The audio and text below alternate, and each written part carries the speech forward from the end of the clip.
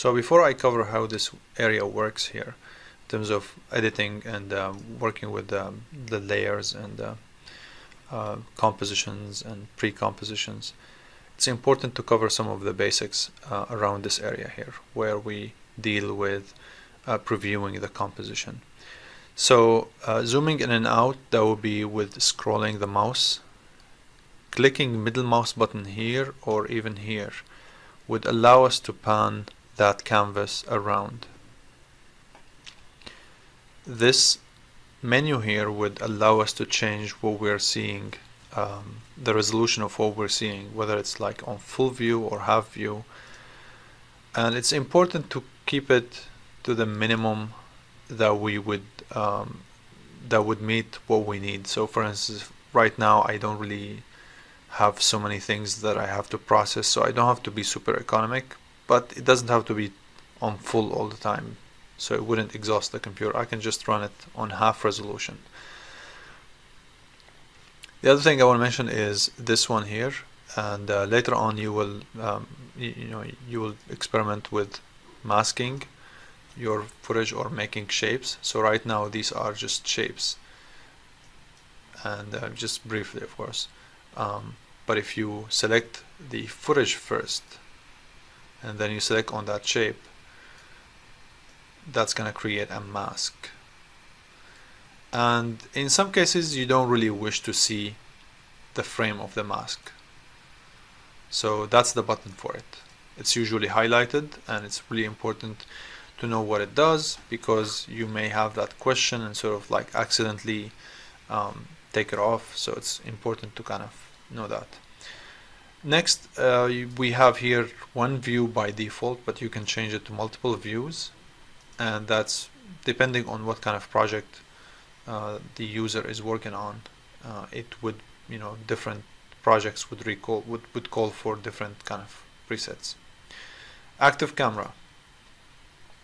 Active camera is the default view of our project. So in many cases we want to work with it, but in the case of using an actual or using an After Effects camera, we would go into this button to choose which camera we want to see through. In the meantime, the custom view here is really helpful to see things in kind of perspective. Of course, if you click on it now, it doesn't do anything. Let me just make one view here. So right now I am on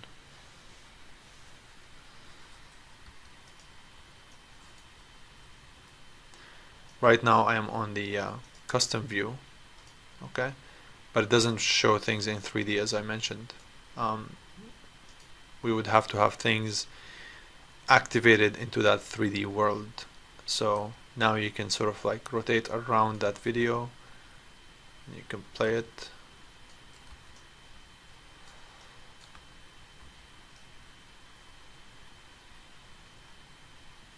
Okay, so back here to the active camera.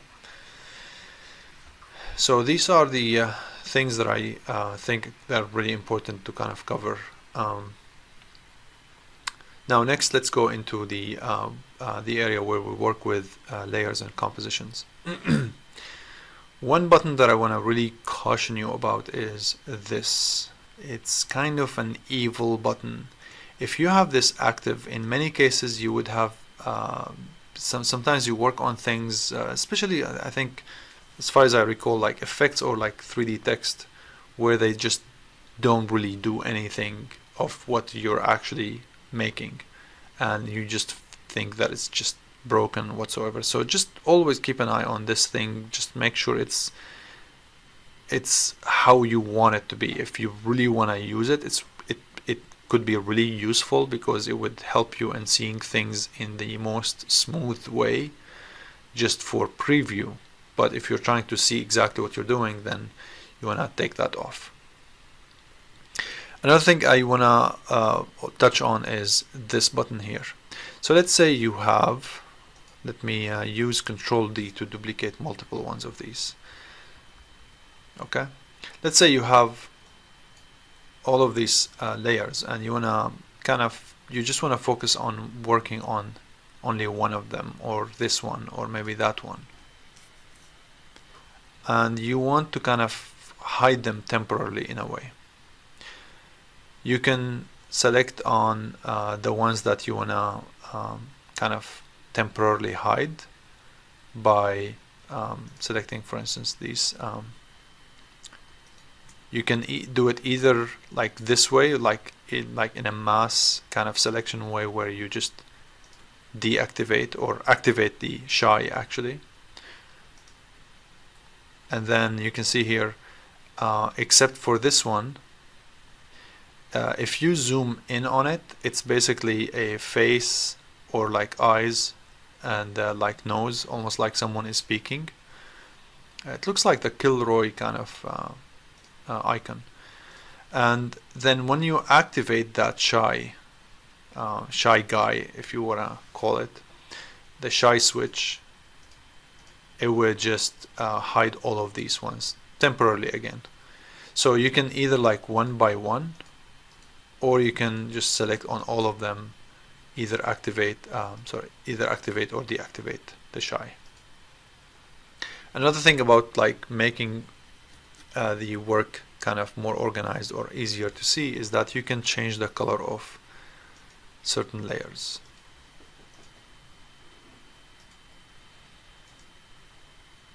So that's also something that you can rely on.